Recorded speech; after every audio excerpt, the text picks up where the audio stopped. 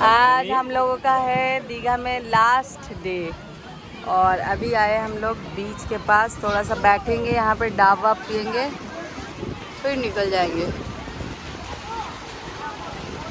अरे स्टार्ट हो चुका है, हम लोग निकल पड़े। ये लोग तो नाश्ता कर लिए हैं और अभी आ रहा है मेरा मूढ़ी घुगनी। थैंक यू अरे बाप रे, मुइया है, वाह वाह वाह, थैंक यू।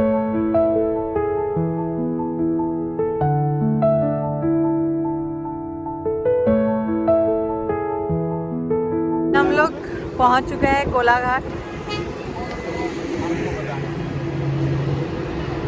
हम लोग जब भी आते हैं तो हाईवे मिर्ची में खाते हैं। यहाँ पे एक है, नहीं एक्सप्रेस ढाबा है। हाँ। लेकिन मेरे को अगला बार भी जब रिटर्न हो रहे थे ना, मेरे को बहुत मन था अमीनिया खाने का, इतना क्राउड था कि खा नहीं पाए थे। और जितने दिन दीघा में बिरयानी खाए नहीं, तो चलते हैं आज बिरयानी खाने।